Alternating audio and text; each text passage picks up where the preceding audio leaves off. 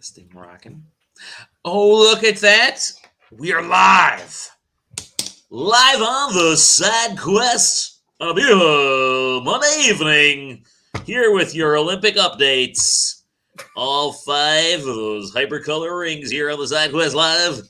Joining me, Dolly, the Cool Rats Demoski, is Aaron Scratty Bones Kelly.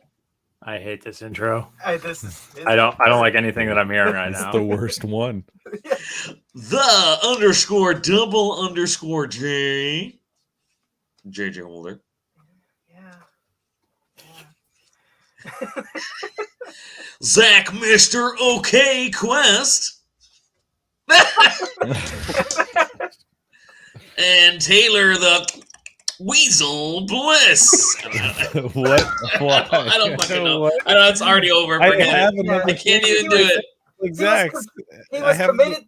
He's committed to the bit, despite all of us crying about it. Yep. I had to go all the way. I couldn't stop. That's all I could think of. What did I do? That's your stole our hearts. persona. Oh, yeah. There you go. How you guys doing? Little weasel fingers. How you guys doing? I'm okay. My back brace showed up. Oh, nice. All right. I mentioned that last week, right? That I was waiting on that. I think you mentioned you showed us. I think it was 2 weeks ago. You showed us that amazing cane that somebody had done. So I got that cane, and then at the same time, it was like, well, I got to get a back brace too because I can't. Oh. Like I work a job where at various points I need both my hands. Like I can't be sitting there trying to fuck with a cane and maneuver stuff. So I was like, I'm gonna order a back brace. It is absurd how immediate the relief was. Really? I unpackaged I got the notification that it was waiting for me at the post office one day before work. So I got up early and went around the corner to the post office and I picked it up and I got it home. And I unpackaged it and spent about 2 minutes reading the instructions to figure out how it went on. I put it on, and as soon as the very first thing it says, it's like you're gonna have to play around with like the straps to get it exactly as tight as it needs to be without essentially choking yourself. And I was like, all right. So I fucked around with that for about 2 minutes, and as soon as I got it exactly where I needed it, it was just like, oh, I can't feel any pain right now. Like nothing hurts. Oh, wow. I can stand straight up. This is insane. You could run the 400. Well, I don't know about doing anything crazy. I don't know about like attempting anything like wildly crazy like that, because the other thing that the instructions say is like don't sleep with this shit on. Like this shit comes off. Like if you're not like if you don't need it, don't wear it. And I was like, oh, fair enough. As soon as I take it off and like within like 30 seconds, I'm like, oh, all my shit hurts again. Searing pain is back. But, oh, geez. Which like it makes sense because I'm still doing shit now, so it's not like I'm giving myself the chance to really get better as quickly as I could. But yeah, just immediately it was like I put it on and I tightened it up and it was like, holy shit, I feel fine. Like that's awesome. Yeah, so I'm glad it worked out. I have that now. I'm so old. That's good. That's really good actually, because that fucking pain from for dudes, there is no pain like back pain. Like that is, it can be debilitating, especially for a giant dude like you. So I think that's pretty shared though, isn't it? Yeah, it's shared. Yeah, well, I mean, women have the birthing pain. Which they have more. No, what I mean is they have more opportunity. There's not for really pain, significant difference of like the back pain Only that men boys feel versus feel women. it. Okay, feel, okay. I didn't want to. Yeah, I'm sorry. Correct. This is. I will say this. I meant to say this is probably the highest level of pain that we'll have, next to like passing a kidney stone. So I haven't done the kidney stone thing yet. Thank God. Yeah, don't say that's on your list. That's on your list. Yeah. Well, I mean, my body falls apart at such regular intervals that every time I fix something, it's like, well, I mean, your diet and your water consumption is perfect, so I can't imagine that a kidney stone would be in your future, Aaron. Well, listen, we're not going to talk about my diet. My water consumption is great. I drink like 2 liters a day. Do you drink any non-water beverages along with it? Yeah, I drink. I'll probably I drink a coffee a day, like an extra large coffee. I might drink half a bottle of Coke a day, not like a 2 liter, like a 710 milliliter. I'm not gonna lie. I 100% convinced that you had absolute dog shit Liquid intake as it down. No, I drink water because Yeah. water is like the only thing that can quench my thirst. Like I'll drink Coke or whatever, and I'll be like, wow, I just drank this bottle. That's of Coke. usually how it works. I drank this bottle of Coke and I'm still thirsty. Well, there's a shit ton of salt in those things, so it is. But Oh man, we're not going to talk about my diet because my diet is horseshit. Yeah. We'll talk about your diet later. Actually, Yeah, as we've That's a got part of the other story. things. We got opportunities for your diet. Well, Uh, yeah, good stuff. Good stuff. Yeah. Back brace. We're gonna dive into some news before we get into what we've been playing. There wasn't a whole lot of news this week, but let's get into Taylor and Zach they have the brunt of the news. Let's just let them have fun. I'm gonna tune out for about 45 minutes here. Just gonna lean back. Go ahead, yeah. Taylor. Man, was there new Blizzard stuff for you, Zach? I don't even remember. There's always There's blizzards. there's been a bunch, yeah, but it's just like there's so much. It's like hard to even like. I don't know. I'm not intending to become the Steam Deck guy. Well, you already You're did. not intending. It it just kind of happened because Yeah. I was apparently the one that cared the most. There wasn't really much that came out on the whatever there was that leaked out from IGN's slow drip of content that they're doing was not particularly significant. It's just like they did like little sound bites and snippets out of the interviews that they did, where it's just like they've done a very good job of headline capturing over the last 2 weeks to just resurface it repeatedly. But other than, it's the same thing. It's a device running at 800p that's targeting 30 frames per second for all AAA games. The one line that came out was the fact that that Valve is confident that it's future proof, which I'm sure everybody is going to be extremely eager to shove back in their face as quickly as possible.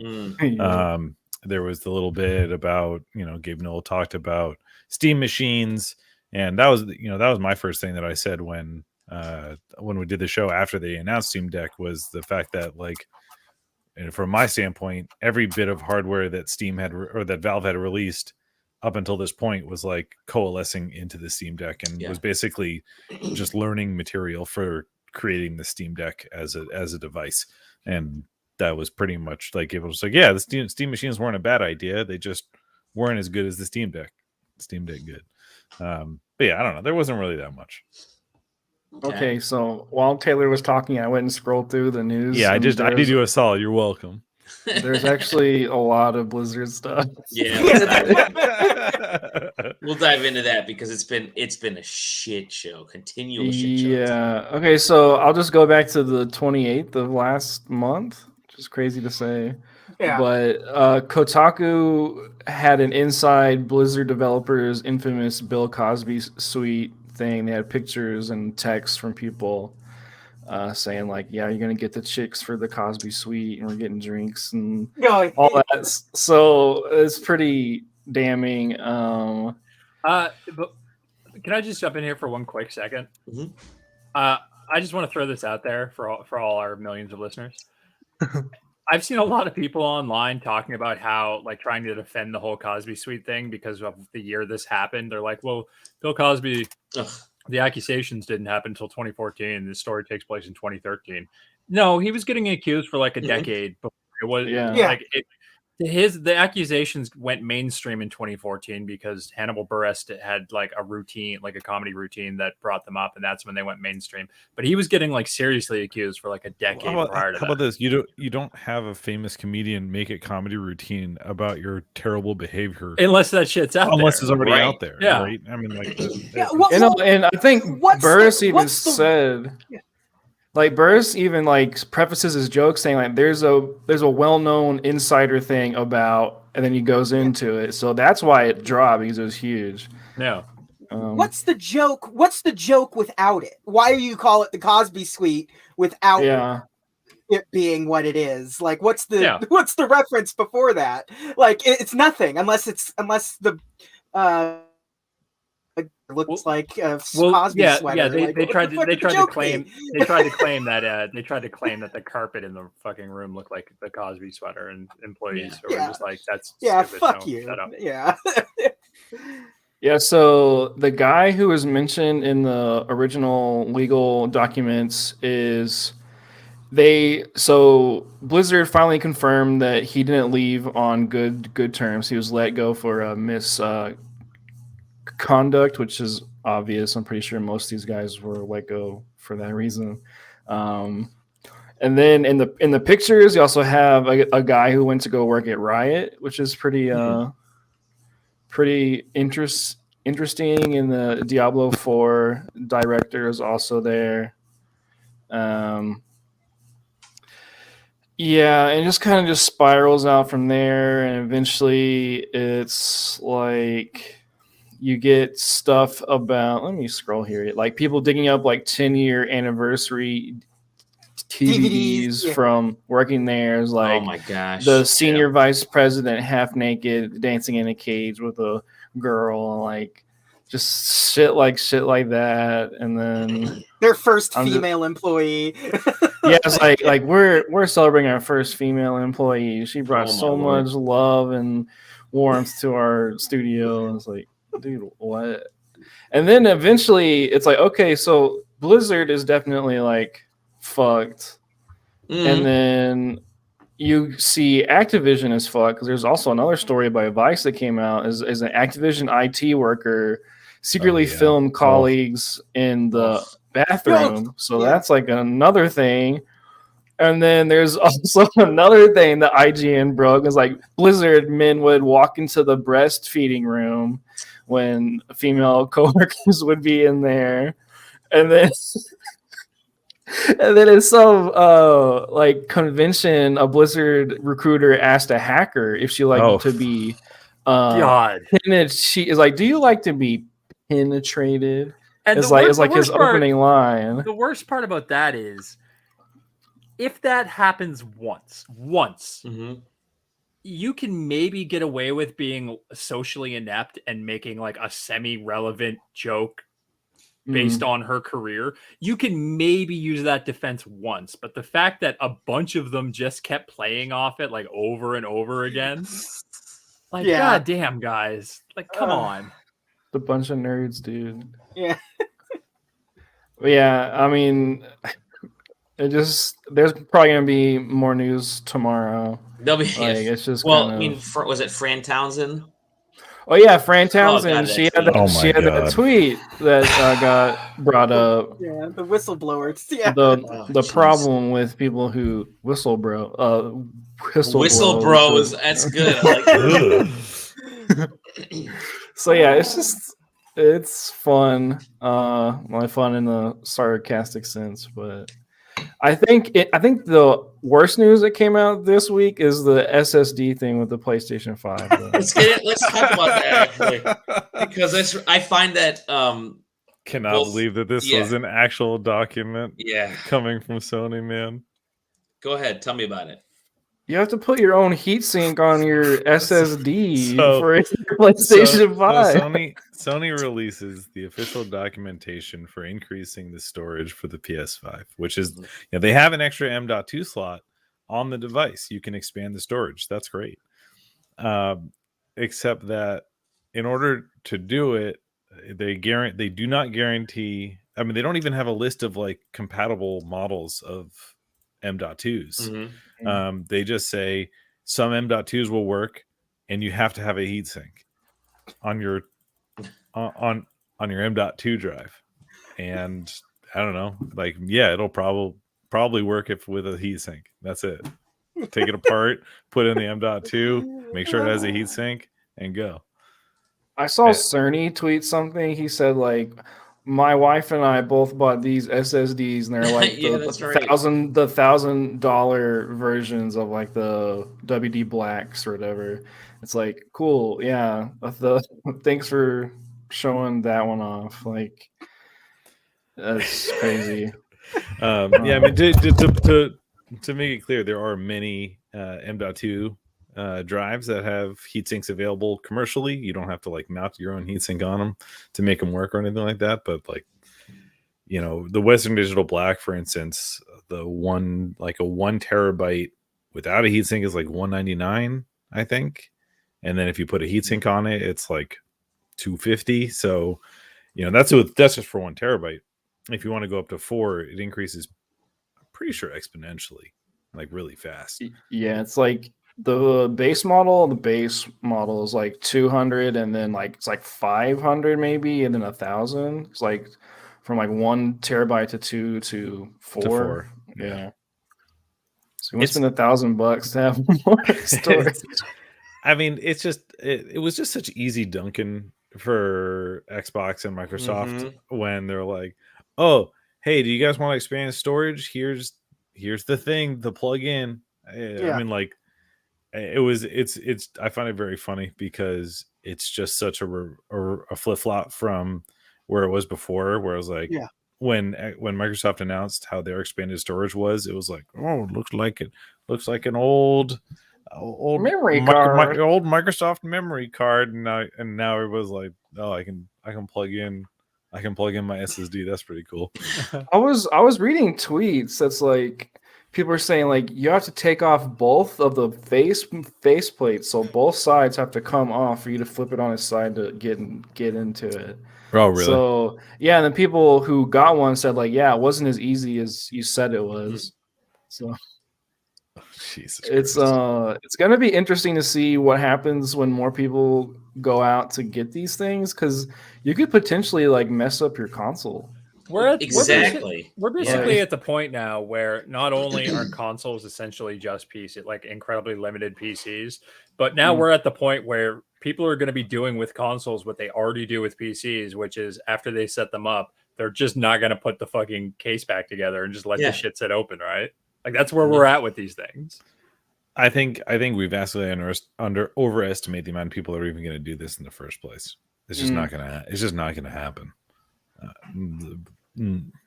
I would guess that this would be less than 10% of the ownership is going to take apart a PS5 to put a M.2 in it.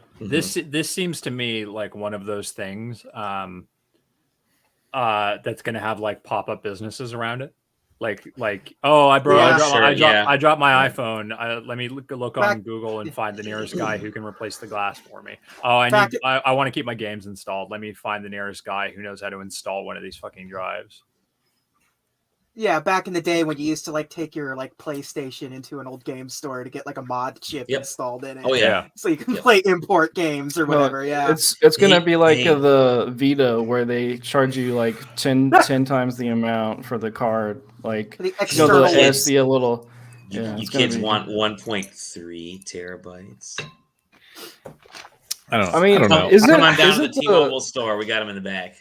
Isn't the PlayStation 5? Isn't it like a terabyte hard drive is inside, but it's only 700 gigabytes? Something like that, usable. Yeah. And if you do PlayStation 4 stuff, the software takes up like way more on a PS5 than it would on a PS4. Yeah, it's ridiculous. That's just like 1.5 AAA games. Like, hey, speaking of AAA games on PS5, there'll be one less this year. What a perfect segue. Rumors popping out right now over the last several days. The rumor everybody's been waiting for. The rumor that we've been talking about nonstop, and I think we've mentioned it in every episode of the SideQuest, is that Horizon Forbidden West is likely getting delayed into 2022 because we hadn't heard anything about it. That comes, of course, our good friend Jeffrey Grubb. You guys may have heard of him. He's been on this show a few times. Actual friend of the show. Friend of the show. As I like to call him, acquaintance of the show. Jeff Grubb. He mentioned it as well on his Grubb Snacks show. And then, of course, Jason Schreier said, me too, guys. I heard the same thing. Me too. Which is how, modern journalism and blogging work. We haven't heard anything about. Yeah, when was the last time? When did we see the big trailer? You're looking at the article, which I believe is in was it beginning of? Actually, no, it's like beginning of June. Yeah, end of May. Beginning of June. It's like beginning of summer. Yeah, it was May, end of May. Yep. So that was when we first heard about. We already knew about it. Yeah, they made it a point that said we're aiming for this year. And when somebody says that, it doesn't give you a firm date. It means that this can get pushed. Yeah, and then when you don't hear about it at all, I mean, this is the kind of, I mean, Horizon is not that they need really help on it, but to put it into a extremely overused phrase, but it's a system selling type of game right now, especially after how well Horizon the first game did. It's not the thing leading up to a fall or even into holiday release you don't talk about. They want hype. This is we're square in the middle of what would be the lead up PR into a holiday or a fall release, and it's not there. So it would be an extremely scrunched timeline if they started feeding us details on a holiday release right now. Yeah. I don't know what apart from Kenna, which was also just delayed into September, and Deathloop in September, there's nothing like Sony exclusive wise that's coming out. Is there like anything that there may be the only exclusive that you just named is Bethesda. Is Deathloop. Deathloop, yeah, because Kenna's going to be on PC, so it's not even. Well, yeah. So is Deathloop. Isn't Deathloop also on PC? Yeah, but it's like a timed exclusive. It'll be on Xbox as well. But I should say console exclusive. But I mean, you're selling Death Stranding Deluxe and Ghost of Tsushima Deluxe, and those are not. Yeah. You're selling it to people who, the few folks. I mean, that's not a big game. Sorry, it's not a major release, but it's really kind of sucks if you're a PlayStation 5 owner right now and trying to figure out first party wise, you're not playing much. Third party wise, there's plenty. You got Battlefield, they still haven't announced a new Call of Duty, which is crazy. It's been this late, but I think again, the only reason why this matters is for PS5 in 2022 and 2023, because the reality is that it's still a stock alert item, right? It's still a watch your Twitter feeds and stuff like that to see when PS5s are dropping. So I think that until it becomes, right now it doesn't matter. What matters is for what the kind of look of Sony and the PlayStation 5 is going into 2023, assuming that stock improves and availability improves. Right. Other than that, they don't need the games to sell the console. It's clearly, it's crazy to me is because there's not much there. I don't know. There's a weird like hype around the PS5 that is being sold. I mean, clearly their re-releases and their upreses are working because people are buying it for something. It was never a love affair or anything, but my hype for the PS5, I should say, has severely waned over this year. Like severely. But you already have it. Yeah, you already bought it. I already have it. If I did not have it, and knowing what I know now, I would tell people don't worry about it. Just wait. Yeah. The problem is that conversation is not happening, and nobody's not buying it. Like the people are still buying it. They're still clicking on. They're still yelling at Wario64 for posting Stadia news. Where's my previous stock alert? Yeah, it's just weird. I mean, I guess if you don't have like a PC, I would understand. Like, go ahead and get whatever that you want. But like from a person who has a PC and like there's no reason to buy it. I would buy one today if like they said Final Fantasy 16 is only going to be on the PS5. I'd be like, okay, cool. So I'm gonna go ahead. Time to prioritize. Yeah, time to prioritize. But it's like up until then, I have no reason to even like think about buying one. Yeah, like I almost bought one just to have, but yeah, there's no reason. So, Well, yeah, don't have to worry about it now. So especially with that rumored slim or like black model coming out. Yeah, I think it's they just try to. Well, the slim model is official, right? Well, no, it's not a slim model. They just the discless version got slimmed down just a little bit. It's not really slim. Yeah. And did the exterior actually change, or did it? Yeah, I think so. I could tell. Yeah, I think it was like, the aesthetic is identical. Yeah, I think like I think it's just shaved off in like the plate design. Okay. Because there's no disk drive there. Yeah. So. Okay. Yeah. And the DualSense stuff is slowly trickling into PC. Like yes, that's Metro. True. What was it? Metro and Call of Duty both got, and something else got the adaptive trigger. The adaptive functionality. Yep.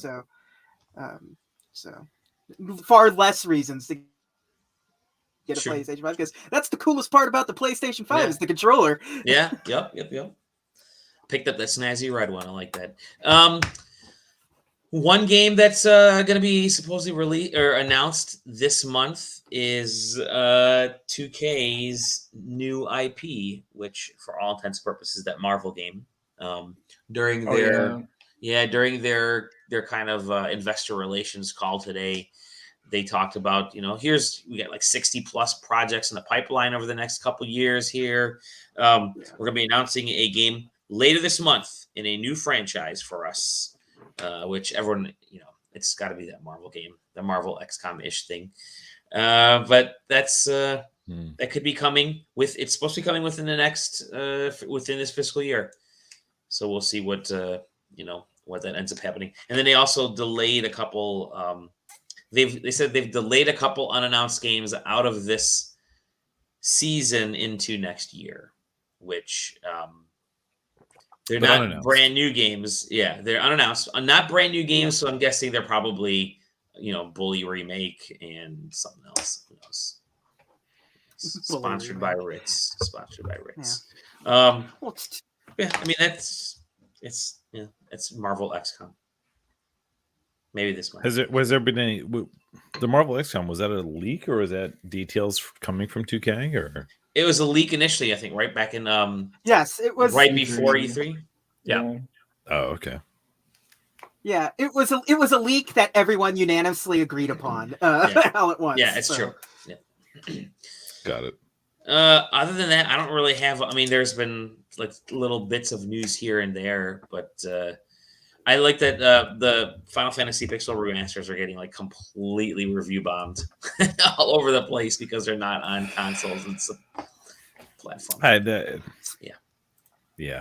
If only there was some way to play Final Fantasy on a console. Only some way. Well, I mean, the issue is that like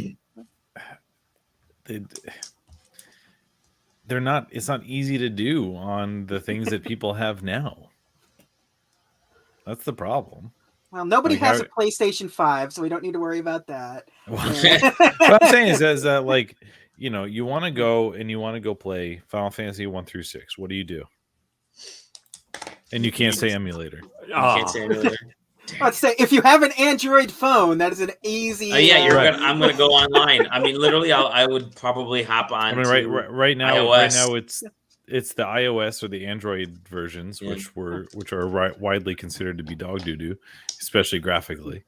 And so I don't know. It's very strange that it was a Steam or because it's Steam only, right? On top of being PC only. Yeah, it's only Steam. Yeah. It's Steam and iOS though, right? Isn't it? There's the iOS version. It's Steam and mobile because I think they're Android. Right. They're Android too.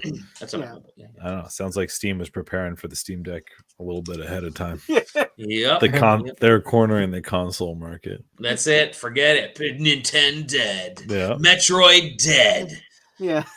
Steam does what Nintendo don't. But seriously, get Final Fantasy font. Is Square Enix silly enough to not put it on Switch for any reason? No, they're totally. Well, yeah, actually, good point. Yeah, you guys are like, yeah. I'm like, no, well, yeah, okay. It's gonna be something that they drop on a in a Nintendo Direct. It's like, by the way, we got these 3 games coming. I bet you it'll be exactly 6 or 12 months after the initial release. These are July they're released. So let's see, Nintendo will have a direct in September, and they'll announce these. Square Enix is having these games come. They're going to come in December. Oh wow! Can't believe it. It's going to take forever to port it over, but it's coming to everything. Other news. There really isn't anything else. You guys have anything else, or we can move on to what we've been playing? I think it's it. I think that's it. Kind of a slow news week. Everybody stopped putting news out because everybody's just kicking back watching the Blizzard thing. Yeah, I know. Blizzard implode. Yeah. Watching the Blizzard storm. Let's talk a little bit about what we've been playing. I know a bunch of us have been playing. A couple folks have been playing review things. I've been playing a review thing. I'm going to hop into talking about this real quick because I've only put a few hours into it, and that's Death's Door. I think Taylor, I think you played this a little bit as well. I saw it. I am like 90% through Death's Door. Nice. Yeah. I'm really enjoying it for the little bit of time that I've put into it. The controls took a little bit of getting used to, only because they're sort of this momentum based, like your character. What was it, like a little bird dude? He's a crow. Yeah. Is a crow. Yeah. Obviously the whole death thing. As he slashes away, he kind of lunges forward initially and getting understanding where you hit and kind of aiming your hits and stuff took a little bit of time for me.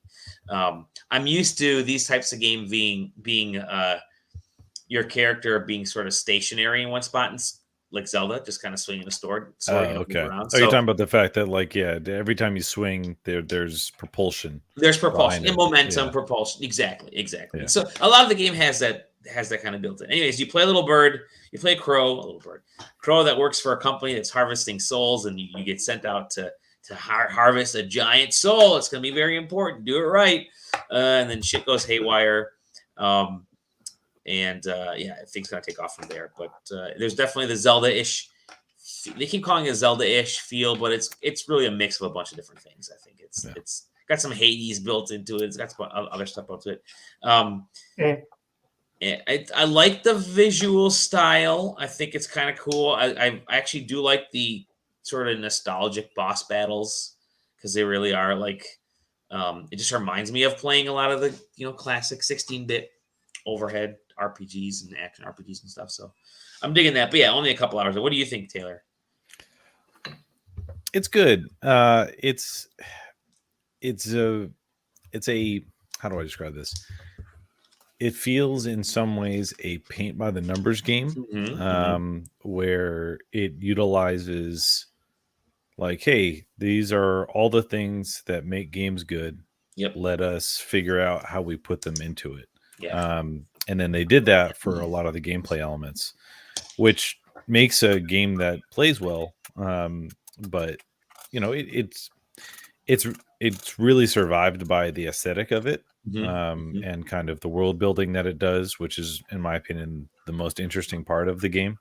And the controls and the gameplay itself is good, but doesn't do anything that hasn't been done before. Right.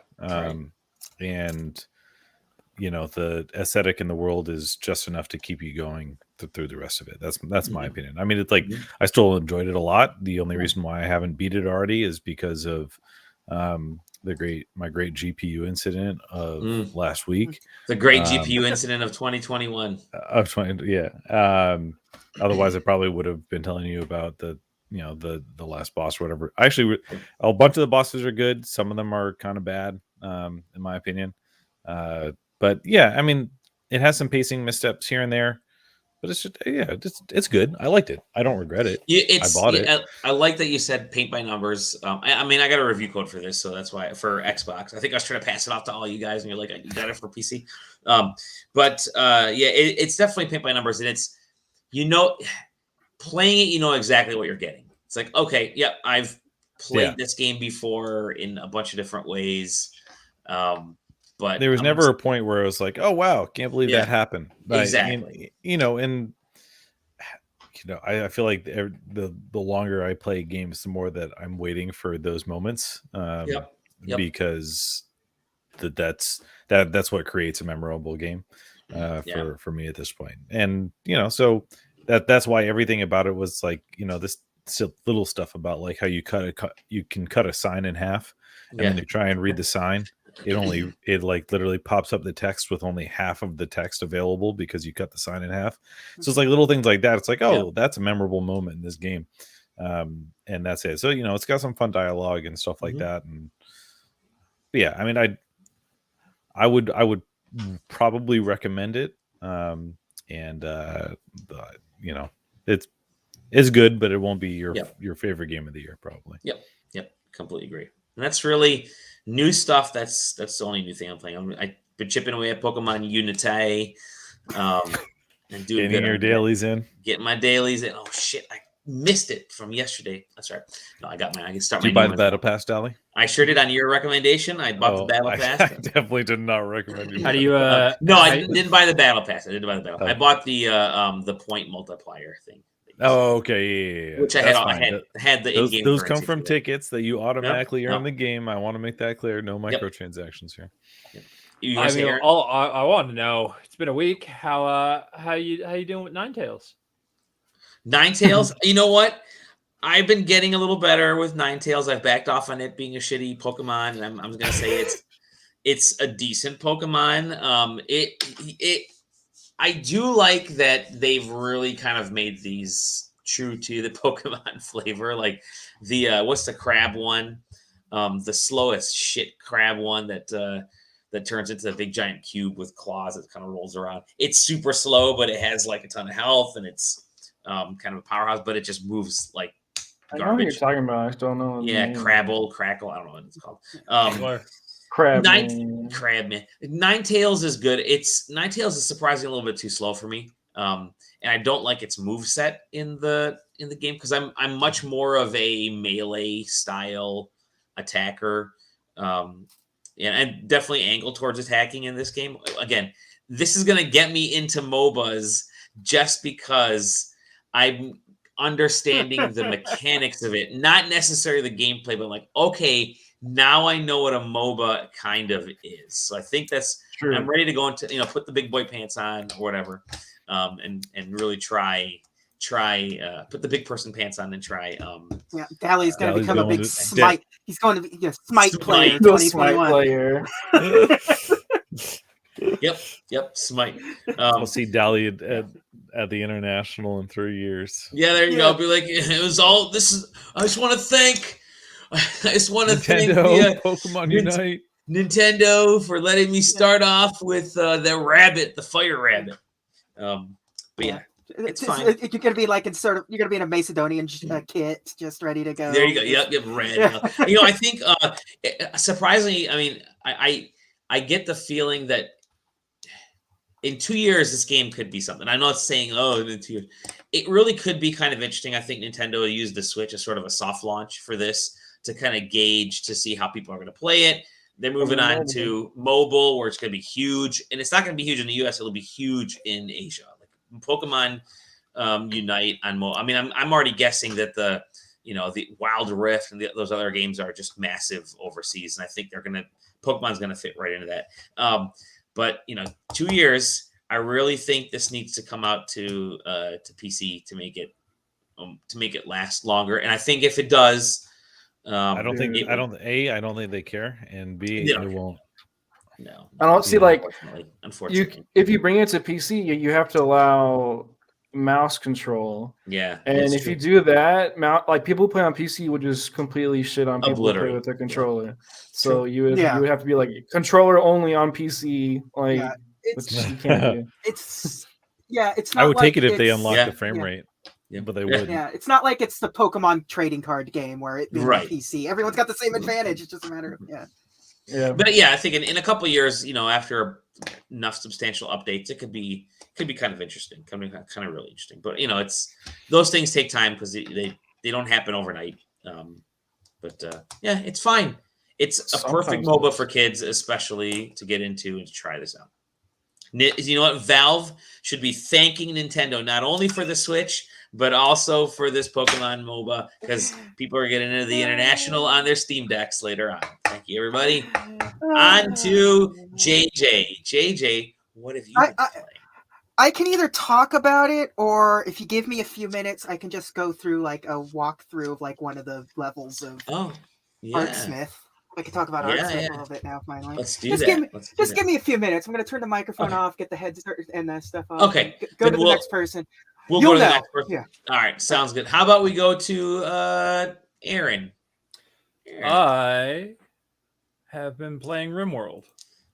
I saw that pop up on Steam. I'm like, hey, there he is. He has like 1,000 hours in that game, dude. I have more than 1,000. I'm pretty sure. I have. I am 0.4 hours away from rolling over to 1,400 hours. Nice.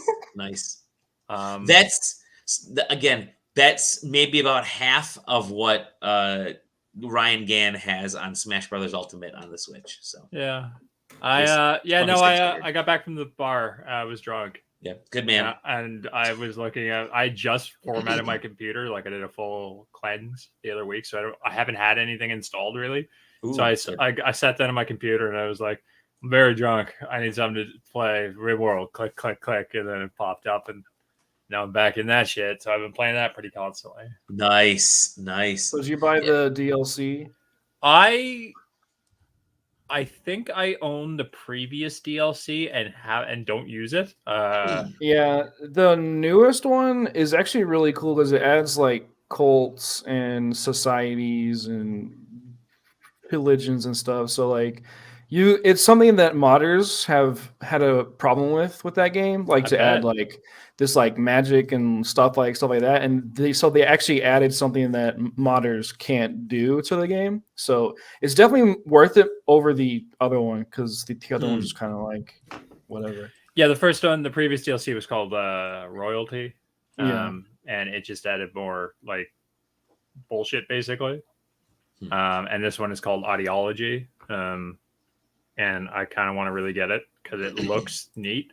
But I'm at a point like I got 1,400 hours in this game. Like I'm at the point where I'm at the point where like I play with a lot of mods because just I've got hundreds of hours in the default game. It's like I got to keep it fresh. And if I throw down on these DLCs and it breaks all the mods, what the fuck am I gonna do?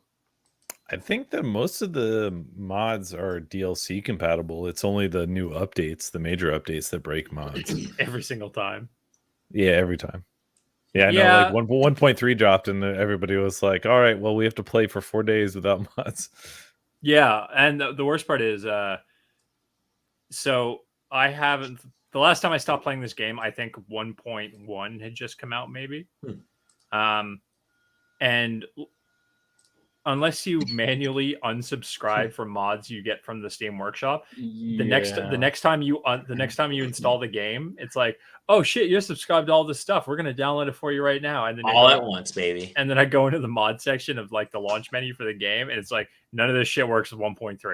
It's like, oh, all right, let me get in there, and I'll just go to the workshop, and we'll see like. How many mods are there? Because I'm going to have to try and find equivalent mods for the ones I want. And all right, I'll click mods. So there's 12,000 mods. And then I'll sort by 1.3. And that'll narrow it down to, less than that. Only 137 pages of mods for 1.3. It's like, all right, let's sort by most popular. And I knew nothing. I knew nothing about RimWorld.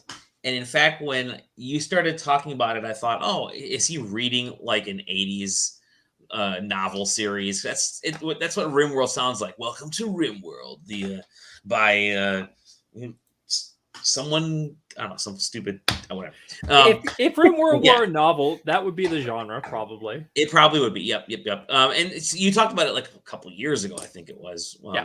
And so I did... like any internet sleuth, I did research on RimWorld, and I didn't realize that fucker since like 2013 that shit it released on early access, and it was a Kickstarter project and everything. I'm like, wow, yeah, it came out. Yeah, it came out, and I've been playing it since pretty much that.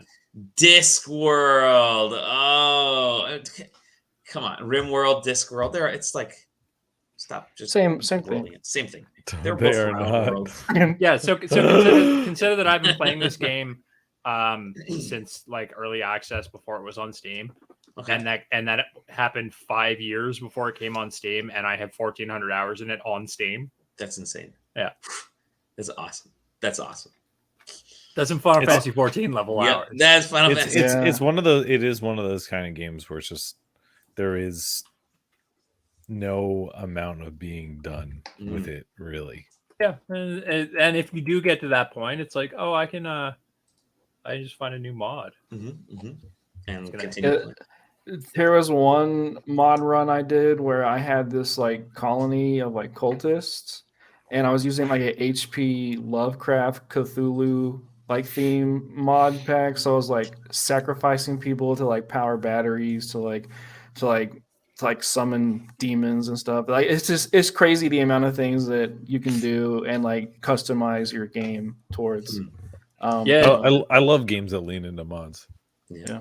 There's I don't know how much of this is in the base game these days, but way back in the day, there was a mod called Glitter World Medicine.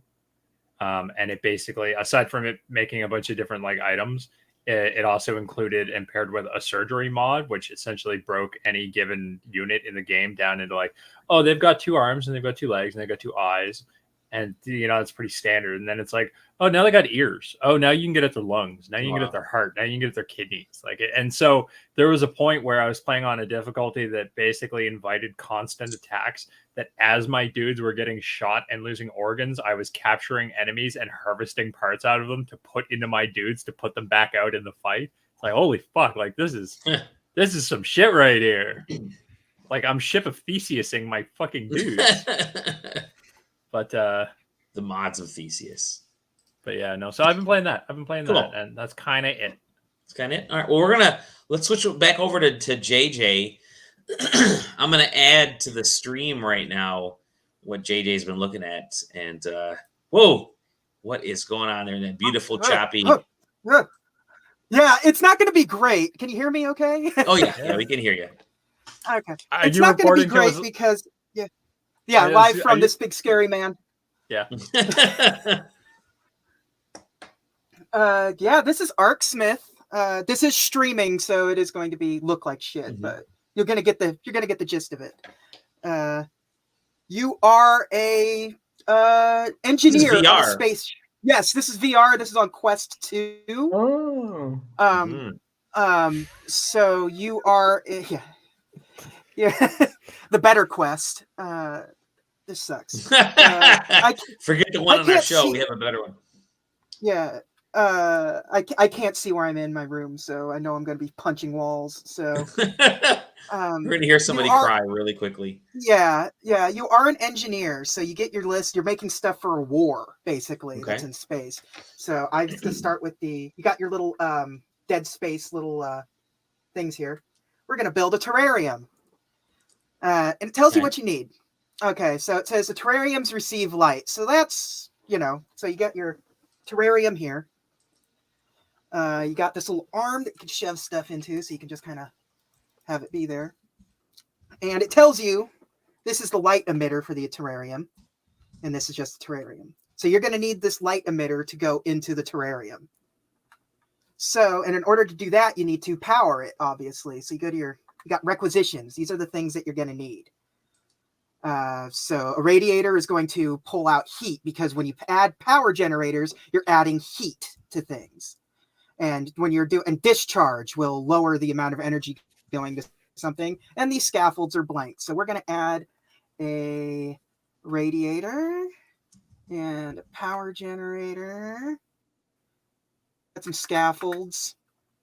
So let's see if we. This is an engineering game. It is an engineering fucking game. I wish I could play this on my Rift, man. I would be buying this in a heartbeat. Same thing with me. The tablet, the tablet. I'll show you what that does shortly. So we need to power this bad boy up. So you have before you start, I got a question. Yeah. Okay. Juggle those right now. They don't have that kind of good. They don't have good catch physics. Yeah. This isn't Half-Life Alyx. Well, I guess it works pretty good. Yeah, you're getting better now. Now do 2 of them. Let's see if we can do something here. Nope. I'll keep. Oh, well, I'll get there. I'll report to you at a later date. So don't want to put that there yet. So we need to. Oh, you made me throw it over here. Son of a bitch. No. Stuff that. Make me look like a fool. We don't have to do much. Yeah. Nah, you son of a bitch. So you can see. Oh, that's cool. What the fuck? So you use the arc things to kind of lift stuff in okay. Yeah. They look like the things from Dead Space. Okay. So, this is the Dead Space reboot. Wow. Interesting. Yeah. If you can move this wherever you need it to go. If you power up your desk, it'll activate everything. You can't add anything else to it. You can pick up your tablet and point it at it. And so you see the white lines on this tablet. You're trying to get everything into like that era. So you see in my energy, perfect. But you can see it was overheating, so it blew off the. So you do that. I will add that's a radiator. That'll take care of that. And so now, let's see. So if you add this to it, because it's powered up now, that's the light, I think. Yeah. So if you hit power, you'll see the light turns on. Yeah. Oh, look at that. But you need to get it, obviously. Power it off. Well, and I'll to the tablet, you'll see that power's good and the heat is good. It's rising, but it's not pegging out. So there you go. So now you need to figure out a way to get the light to point down into there. So we'll turn that off. Pull. There we go. And so these are just blanks. These will you could just keep. They will take some of the heat away. So I'm going to go to my requisitions. Add one more. That go over one. Have that. Try to do that and see if turn it on. Everything still good. And when you're done, you can grab that and you're going to simulate it. Boom. Terrarium not powered or receiving light. So I need to readjust where the light's pointed. Because I've missed it. Because this is off kilter just a little bit. That should work this time. Yeah. So JJ, cool. Is this like a beginner build or is this like a mid game? This is the fourth build. So this is them introducing this is them introducing the lights one. Sick. Because you'll see if you go to like this light welder, you're gonna have to create a device that is creating a welder, and they all have to focus in on this one point. And so that's you building a welder. And yeah, so you have all of your requisitions, requisitions and stuff. So you get to just do all that stuff, and you can have up to 30 for this particular build. And you're already using 3 of them with those. And it's all sort of built around a story of this guy. You're his apprentice, but he doesn't really want to be doing it. And you see, and you're getting pulled into a war. Like there is like a Metal Gear style like war economy. So now the artists need to like join in and start. I need you to hit him in the head with something right now. I don't have the throw that pad at him. Let's see if I can make it to him. Oh, see, he just disappears before it gets there. Boo. Oh, the pad just falls. Yeah. But Stefan asks, how complex does it get later on? It gets real complex. Okay, cool. The third one, which I'm not going to. I was going to do that one, but I'm like that. I don't want to go through that again. But you really have to start using the pad like in a real. I've lost. Oh, there it is. In like a real way, because you're going to be looking at separate, like. You have multiple things. You have a speaker and a scanner and stuff on it. And you need to make sure like, okay, it's feeding power to this, but it's moving around power wise over here. So you need to have like a dampener, which you'll see like in the requisitions, like the discharge and stuff to make sure that it stays within a certain range, but not. So you're just basically playing Legos. You're making sure that everything is there's a variety of ways to build something. Most of them aren't pretty, but there's really only like a set way you can do something, because you have to have the appropriate amount of like power and displacement and, you know, heat displacement and like where the lights are pointed and everything. There's a finite number of ways you can do it, but figuring it out is very, very satisfying once you I likened it to Picross 3D, I think, at one point, where interesting.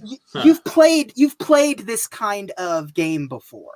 This is very similar to like those like the hacking puzzles in Spider-Man or BioShock and things like that. They're all very similar to that, where you're like directing the flow of power and figuring out ways to reduce and minimize, like add 1, add 0, add 2, add 3, and trying to create a perfect circuit. But like you're adding it to this 3-dimensional space and making you look at it from a completely different like standpoint than what like you're used to with like Pipe Dreams or something. Classic. It's how easy? How does it? Yeah. How does it train? Like, how good is it the tutorial process in the game? Oh, it's pretty good, because like especially the first 3 ones, they give you, there's little pop-ups that come on the HUD that sort of point you in the direction of what you need to look at. Like when I started this one up for the first time, it draws your attention to this little cube that's down here and tells you exactly what needs to be done with that cube. But they're not holding your hand to tell you exactly how you need to build it, but they are holding your hand to telling you what this is doing, and maybe you should add this or maybe buy one of these or whatever. But they're not showing you how to build, but they're giving you all the tools you need to like understand the language that it's telling you. And it's just fun to play around with some of them. I was gonna say, I love these types of games work. These types of games seem to work awesome in VR. Like VR to me is made for experiences like this. I mean, you're literally just at a drafting desk, but on a spaceship in the middle of nowhere, and trying to figure out what's going on. There's a little robot friend that pops in every once in a while during cutscenes and stuff. And it's I don't want to get into the story, because it is a Bithell's game, so there is a story. Even if the game itself isn't like Thomas was alone or whatever. Like the game itself is pretty straightforward, but there's other stuff going on. So. Yeah, absolutely phenomenal ass game. Cool. I'm taking this headset off because it is 1,000 degrees in this room, and they have recalled the foam padding on these because they cause skin irritation. So. Okay. So you recommend it? You're giving us a thumbs up on the JJ meter.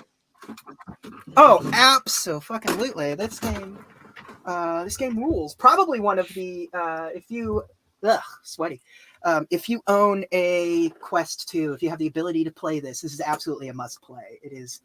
If you like puzzle games, it's perfect. It's the exact kind of puzzle game that can really kind of. I don't like to sit down and like spend too much time in VR, but like I have found. But you can just sit in your chair and just sort of like build shit, and it's satisfying and it feels good, and it's not. That's awesome. And it's flexing very good muscles in your brain. So yeah, high marks, love it. Couldn't recommend it more. Yeah. Are you playing anything else? I also got the Blair Witch game on Oculus, because I have never played that. So I'm in the middle of playing that, and that's Aaron's like, nope, he's noping out of that one.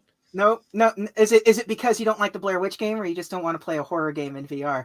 I am a massive coward when it comes to any and all horror media.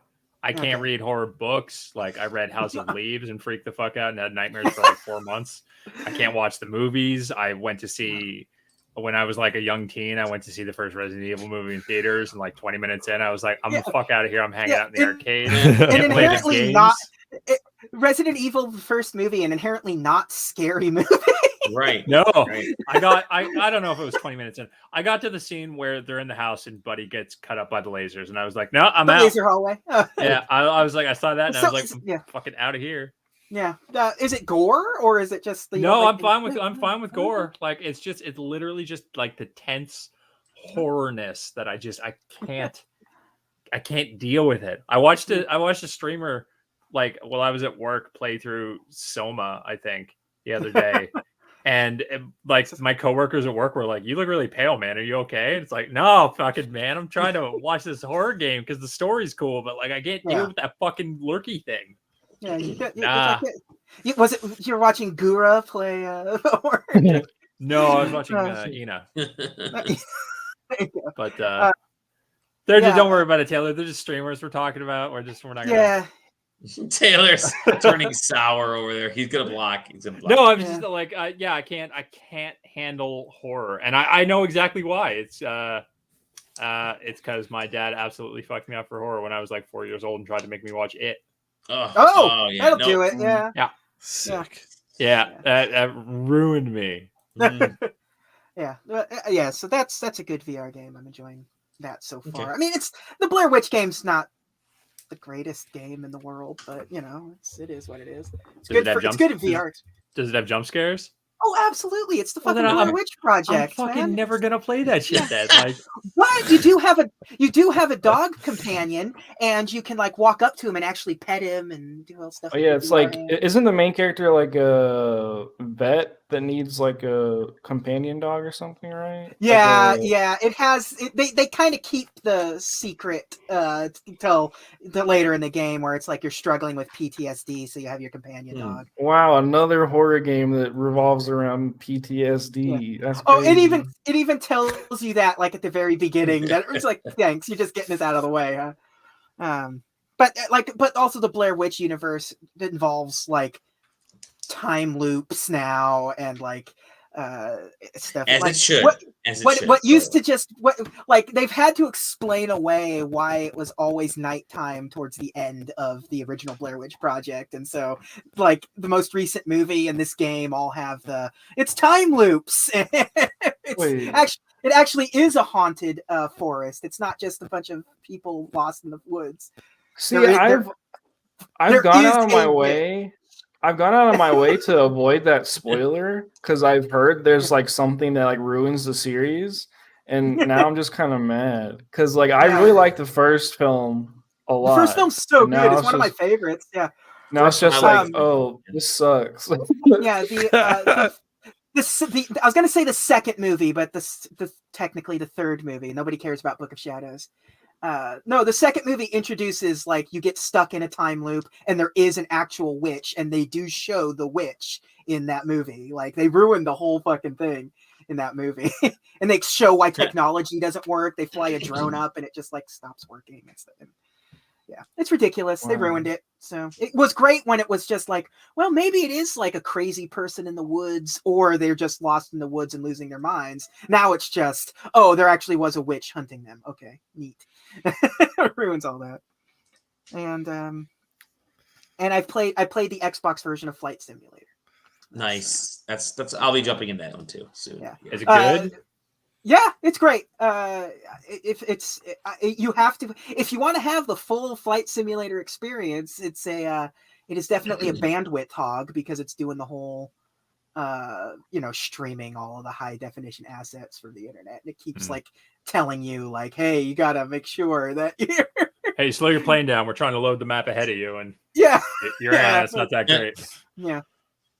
I don't know. It's hard playing those games with a controller though, but you can do it. But Xbox has mouse and keyboard support, so it's cool. Sweet, that's it. sweet. That's all I've been playing. All of my time has been just sucked into VR games these days. What about you, Taylor? Taylor, what are you playing? Let's do that. I was actually hoping Zach was going to be here because I was gonna punt it. Like I did. Because I've really only been playing two things. I was playing Death's Door, and then I haven't had a graphics card all week, and so not that I don't have any other place to play games. I still have my Switch and I have a last gen PlayStation, Xbox, but I was like so depressed about the graphics card that I literally didn't play games the entire week. Yeah. But there's a new gacha in town. Oh boy, here we go. And it's in the Nier series. Zach heard it, and he appeared. Oh, with a dog. What up? Willed him into existence. He gotcha a dog while he was gone. I'll tell you, that is a dog that knows how to play a gacha. There you go. So Zach, they made me talk about games I've been playing, which means that it's Nier Reincarnation time. Hey, I'm playing that right now. Yeah, me too. Do you want to talk about a different game before we start talking about Nier Reincarnation? Sure. All right, go ahead. He was talking to you directly, not himself. Oh, yeah, it's only us two left. So if there's a different game you've been playing that you want to discuss before we start talking about Nier, I figured you could go for it. Okay, I'll talk about my 3 other games. Do it. Someone has mic feedback, and I don't like it. Oh, I don't hear anything. Guess It was Taylor. Oh, it's Taylor. Was it really? I think so. But I heard it too. Yeah, you sure did. Well, it's gone now. So, anyways, I've been playing not a bunch. I've been playing like 2 games, 3 games. Yeah, 2. Actually 3. Okay, so I've been playing Apex Legends. I started. I've heard of that game. Just randomly was watching a streamer who is an anime girl. I'm not gonna say what they are, but I was watching a streamer, and she was like, "You've been watching a V-Tailer." Is what you a V-Tailer? Yeah, a V-Tailer. Now it's just this new VTuber who used to be a top 500 Apex player, so she's really good. And just watching her play, I was just like really interested in how that game works, because like I've played the game before, but I've never like thought about it in the way she was talking about the game. So I was like, I'm gonna go try this game and like apply some of these things I learned from her stream. And it's a lot more fun having these blocks that these pros have about like cover and how to push and certain types of players, like how to dodge. So it's just been a really fun experience. It's a battle royale that requires you to actually like know how to like aim, which is kind of rare because a lot of the other BRs are kind of like you spray and pray, and this game is like you need to know how to aim, you need to know how to go to cover, and you have to know how your character works because each character is like a different class. But yeah, it's just been fun. So I've been having fun with that. I played that today, but biggest chunk of my time this week has been Genshin Impact. I don't even know why I decided to go back. It's just randomly, like I think someone mentioned it last week. I was like, I'll go back, and then because I played it when it launched, and I was like, oh, this is a cool game, and I just dropped it eventually. But now going back and like once again learning how the systems work, learning how everything comes together, and just having this type of world where everything you do matters. Like everything you do builds your account, everything you do builds your characters. So it's just fun to explore this huge open world in a game that has like, I don't even know, a huge budget, like crazy amounts of money thrown at it. The voice acting is amazing. The characters are cool. The graphics are gorgeous. Like, and the combat's really fun. There's really cool complexity that you can get into with it with like later content, which is fun, like about how to build your characters with certain stats and certain percentages. And it's got the niche stuff that I like about games. And it's just crazy the amount of budget that they have for it. So yeah, I've just been endlessly impressed with it. I've just been grinding out, finding things, and going to get little crystals to build my characters and get my stamina up, and just having fun. It's just, yeah. And I'm going to say this again with Nier, but it's fun to kind of be a part of like a game that has a narrative that everyone's experiencing at the same time. That's one of the reasons why I like Final Fantasy 14 so much, because there's a story that everyone's experiencing. You're kind of going through, and I just kind of love events like that, or games like that where everyone's gated at the same story moment. So that's just been fun to go to, and the story in that game is actually pretty cool. They put a lot of thought into it compared to other games. So yeah, it's just the budget is just crazy. And then speaking of budget, you have Nier, which is a budget game. It kind of looks like poopy, but it's like really, it's still really good though. Like it's like if I wanted to introduce someone to Nier, I would say just try this out because like you get a good feel of the series. Like you can get a good feel of the writing, a good feel of like just the way the game kind of shows off. Taylor, you're muted. Yeah, you're changing. No, I would tell them to play Automata 110%. And yeah, well, like, but I mean, like, if you wanted it to be like, hey, I just want to get like a vibe, just download this free to play game, check it out. And if you're like, oh, this character looks cool, the story, I like the writing, do it. I like the music. Okay, then go play the other ones. But I mean, it is also the third canonical entry into the series. So it's like it's a good feeler for people. I would say. Let me ask you this. Let's say that my two favorite things in this world, number one are robots. Number two are robots painted in unicorns. Should I play Nier or should I play Apex Legends? I mean, I'm just gonna say Nier because I think it's a better game. Well, like Nier is just one of those games that there's nothing like it, like ever. Like there won't ever be anything like it ever. Like it's just kind of this singular thing. So I would always say just play Nier. Play Nier Automata first if you want, or play the remake of the first one first if you want to. But yeah, definitely play Nier in any capacity because those games do things that other games just won't ever like try. And that's what this gacha game does too. Like it's just weird how this gacha game has a spirit of just like Nier. It's there, it has the same themes about being a human weapon, not being yourself, being like a sacrificial lamb for a greater good type of, and dealing with the idea and learning of like you're a part of this bigger plan and you can't control your fate, which is kind of what Nier is about. And this game is pretty much that. And you play as a small girl, so it's kind of even harder hitting. But then it has this weird gacha thing for whatever reason on top of it. I don't even know why. Oh no, we know why.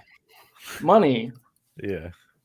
But I mean, like, I spent like an hour re-rolling in this game and I got like the two best characters in one roll. So I was like, okay, cool. I'm like done. I can play this game. And I've been steam rolling through everything. Like I've beat every chapter the rest of everything else that the game that gives you you basically gives you enough to make two characters go all the way to max level.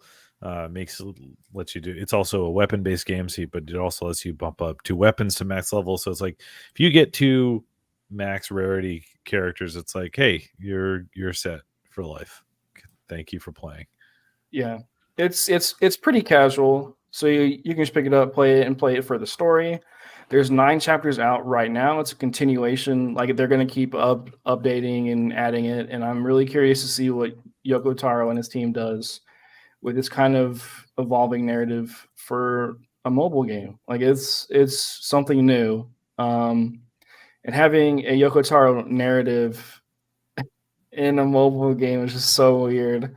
But it's great though. The stories and the voice acting are amazing. Like I was talking about quality before, but this is just like a next level. It's so well directed. The aesthetic is so cool because it has this 3D.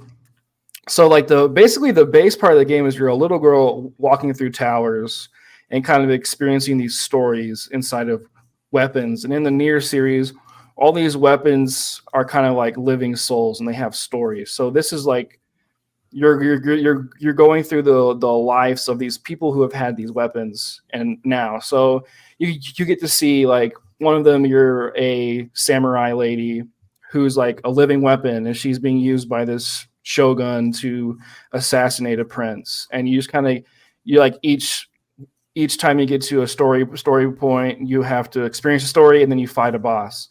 And that's kind of like how the game goes. So it's just like walking, looking around at this 3D environment, going to weapon, fighting, seeing the story. It's just kind of there. Like it's whatever.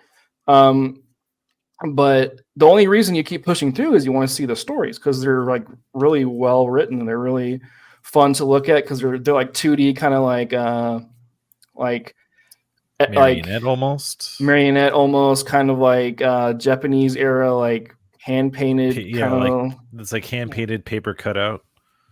Yeah, so it's pretty, it's cool looking. There's this one story about like a mountain climber who's this like mountain man who like left his pregnant wife to like go climb a mountain, and but you learn some other things that happens in there, and you're like, oh, this is cool. But they're characters that you also get to like pull in the gacha draws too. So you kind of have these, you kind of know who these characters are, and then you get to learn about their backgrounds and learn kind of who they are as people too. So that's cool. It's interesting. It's a cool take on the whole gacha system. So I'm in 100%. I haven't spent any money on it, so yeah. So are your two best characters 2B and 2B Swimsuit Edition? 2B and A2. So yeah, close enough. Basically, close enough. He doesn't have P2 yet though. I don't have P2 yet. She's the Final Fantasy 14 exclusive 2B character that made her way into this game. So that's cool. And she was also in Soul Calibur 6, so 6 as well.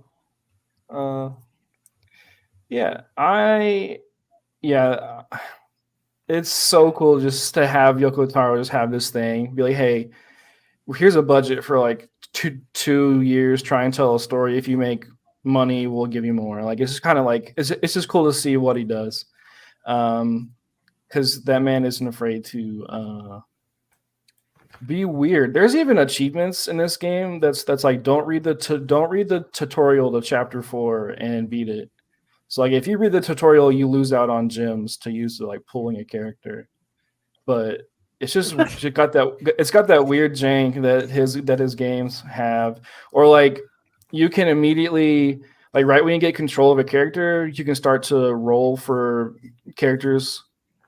And there's a ghost lady who's following you around. Every near game kind of has this like narrator who's a part of the bigger picture of the story, following the character around. And this character, her name's Mama. She's like a ghost who's kind of transporting this girl through a tower. And if you try and pull or like access the menu before you're supposed to, she'll let you. And she's like, oh, you want to do that now? Okay. Like, that's fine. But it's just something that you could completely miss. They spent money to make this part of the game that you could just completely miss. It's just stuff like that I love, that like makes me happy. Yeah, I mean, put it this way, he got me again. Yoko Taro got me again, where I got to the end of the game and I was like, man, that was kind of like, I was expecting more, and then lo and behold, you end it, and then it starts again, and shit happened. I don't know why. I didn't know, but like, it literally happened exactly again, where you beat the game, and it comes over from a completely different perspective. So at least that's there. But yeah, but if you cruise through it, I mean, this is like, I mean, where I'm at is probably 5 hours, maybe 6 hours. If you want to just blast through it. And again, if you bump up a couple characters, especially if you get lucky on the first draw, and get one of the 4 stars, that's literally you won't lose a fight. Is there PvP in it? Are you fighting other players? Yeah, PvP comes out in August. It comes out in August.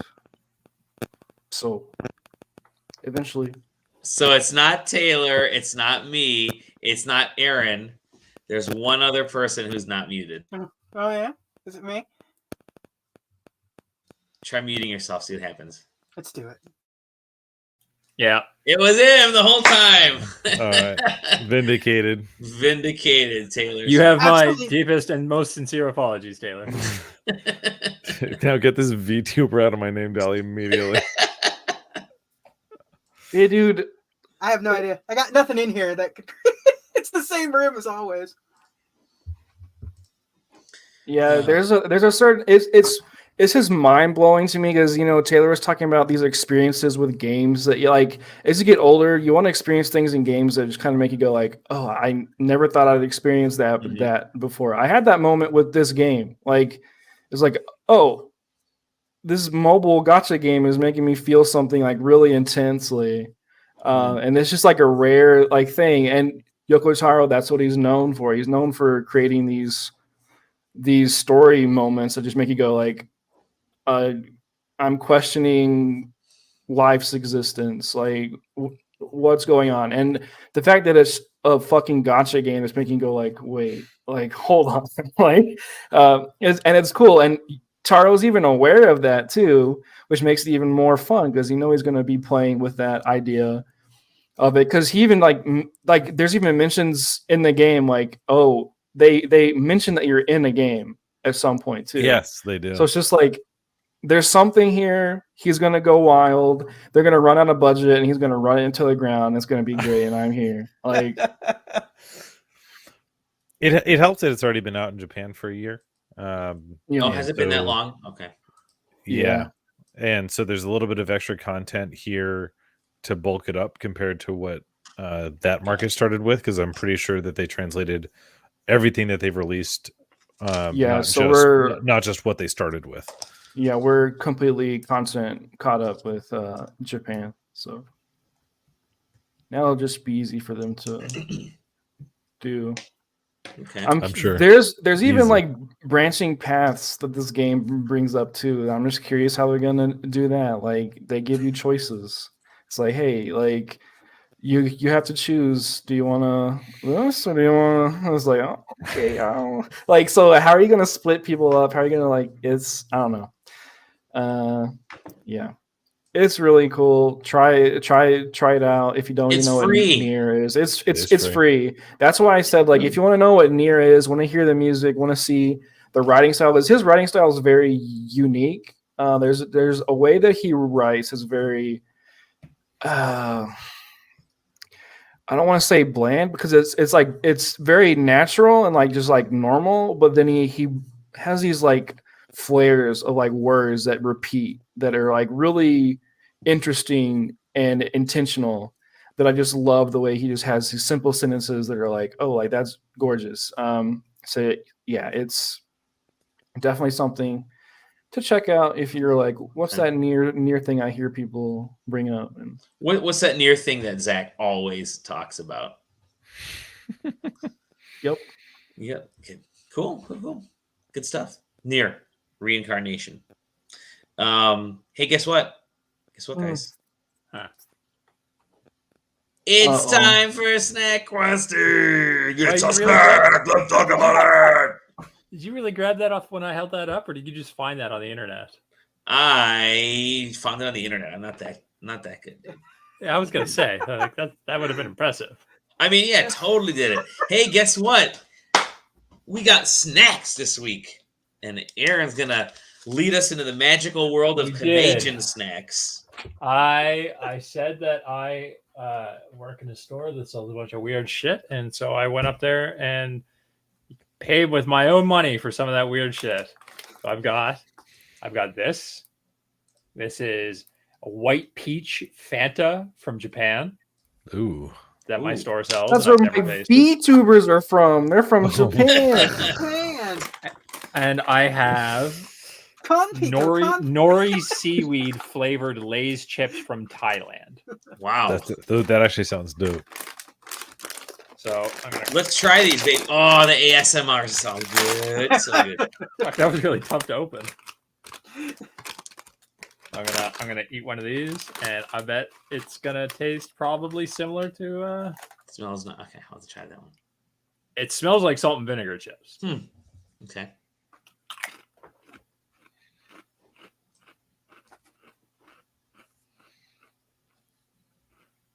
What it tastes like poop. Tell us what it tastes like, Aaron. That tastes like nori seaweed. Does it really? Wow. Yeah, that tastes surprisingly like what they said it was going to taste like. That is actually kind of shocking. Wow. So Nori seaweed flavored chip. I don't think we have that in the States. If we do, I haven't found it. Nori seaweed is like what you see sushi wrapped in. Yeah, correct. No, I mean the chips. No, the chips. Oh, the chips. Yeah, no, I mean we imported those, so it's not like we have those available here. Like that's our whole thing, is that we import shit from around the world. And then I'm gonna try this white peach drink. And the drink. That I'm not so much a fan of. That's awesome. That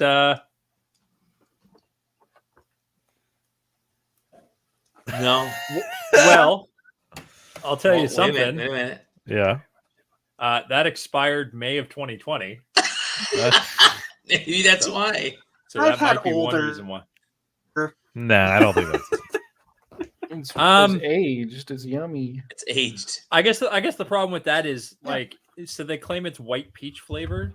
I've eaten a peach before, but I don't know if there's like something specific to what a white peach is, as opposed to a regular peach. Technically, Yeah. Maybe that's very accurate, but it's just kind of. you would it's kinda recognize bland. it as distinctly peach, though. Well, so it's got the basest hint of peach, but it's closer to like, when you got a peach and you haven't like opened it or anything, and you're just looking at it and you're like, I'm just gonna lick this. I'm not gonna take a bite out of it. I'm just gonna, and then you just lick it. You know what I mean? You ever done that Yes, with like an apple of or an course. orange or anything? That's what it tastes like. It tastes like when you lick the thing before, like you're just like, that's maybe I'll try eating it instead, because that's how things are meant to be consumed. But no, yeah. So those nori seaweed lays are good, and that drink is not. Hey, listen, Alright. man, 50-50 off random shit out of my Yeah. store. That's pretty good odds. Hell yeah. That's good odds, especially when you can't read the package. It's Well, okay. To be fair, the Fanta is entirely in like there's no English at all on it, but at least the chips actually say like, I don't know if that'll focus in, but that actually says like nori seaweed flavor. Can't see shit. Yeah. Yeah. Maybe hold it up. Can you see it from back here? There you go. Yeah. yeah. I mean, Looks Stop like lying to him. But yeah. So yeah. that's Anybody fantastic. else? I'll probably never eat those again. But now I know what they taste like. So there you go. You know what I got? I actually have a snack. Oh, you Oh have my something. Oh ho. You know, I don't like that grin. Is it near related or? Coors Light. Stupid. Is the mountain blue? We had a let's try block this party. wonderful canned bread over here. We had a block party over the weekend, and an outdoor party, and everybody was drinking Coors Light. So yeah. Is Coors Light the one you drink when you want to drink? You want to essentially drink water, but don't want to look like you're just drinking water. Yeah. Yeah. Okay. Sounds Yeah. right. Water that tastes like bread. Yeah. Yeah. Interesting. Bread water. Snack questing. Oh, I've got the. Whoa! Last year they put out Baconator Pringles. This year they've got Wendy's spicy chicken sandwich Pringles. So I don't know what that means. Show us. There's absolutely no chicken in the Promising. flavors. So, well, hey, it does have a coupon code in here for a free spicy chicken sandwich. So, Oh, that's funny. I'll take it. It's a coupon code for Halo. I mean, Wait, I played Halo. Wait. You forgot to talk about that. Oh my god, you suck. Zach, Jesus. Zach, you son of a bitch. So, okay. Okay. What does it smell like? kind of nothing. It just smells like a potato. It actually has no spicy smell to it at all. It just smells like salt and potato. Okay. Oh, I see ranch flavored soda all the time at the store. Whoa. You okay there, JJ? I wasn't expecting that. That tastes like a spicy chicken nugget. Really? A spicy nug? Yeah. Actually, these are really good. It's actually really good. It doesn't have a chicken taste to it. It tastes like the breading, like the spicy chicken breading. Oh, interesting. So it's clearly just the exact same spices on a chip, and they're actually really good.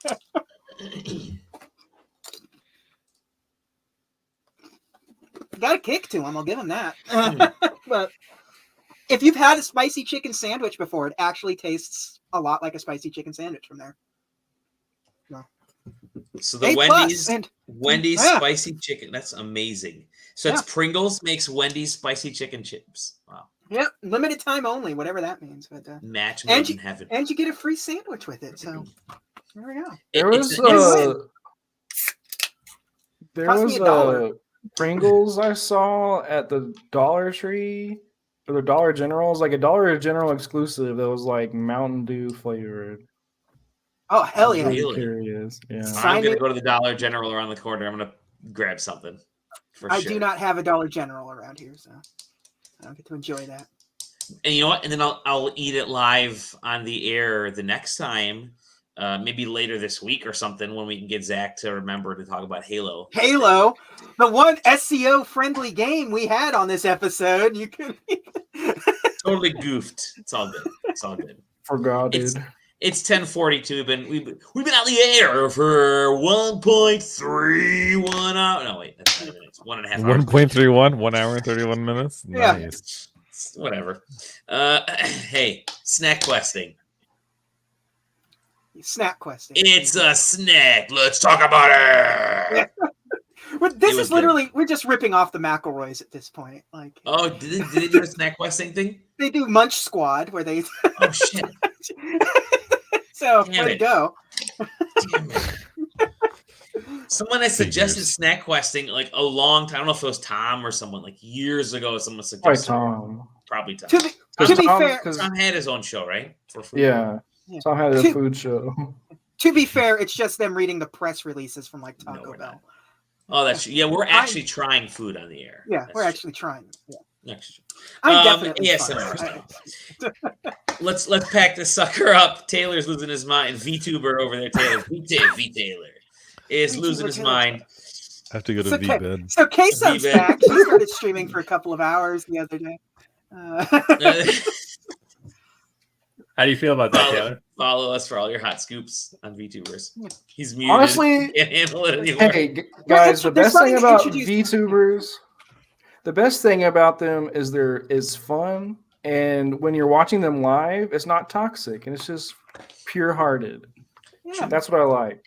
Yeah, there's rules. So they have rules posted in there, and it's It's like yep. And so help me God, if you ever acknowledge that Taiwan is a country, you're fucking out. Yeah, you were out. You were going to be pushed out of this whole community. Well, did one of you tweet about that, or was that a thing? I'm sure we all have. Yes. I just saw a post. I distinctly remember seeing a post about that. Yes. She graduated, guys. She didn't have to leave. She graduated. She just graduated. All right, I'm about to graduate to bed. Let's go. Let's go. Let's do it. Let's go. Look at it. Look it out. Check out this. SideQuesting.com at SideQuesting. SideQuesting TV on Twitch. SideQuesting on YouTube. You see all of our names on there. Taylor, thank you so much for joining us this evening. Pleasure as always. Can't wait for next week's Steam Deck update.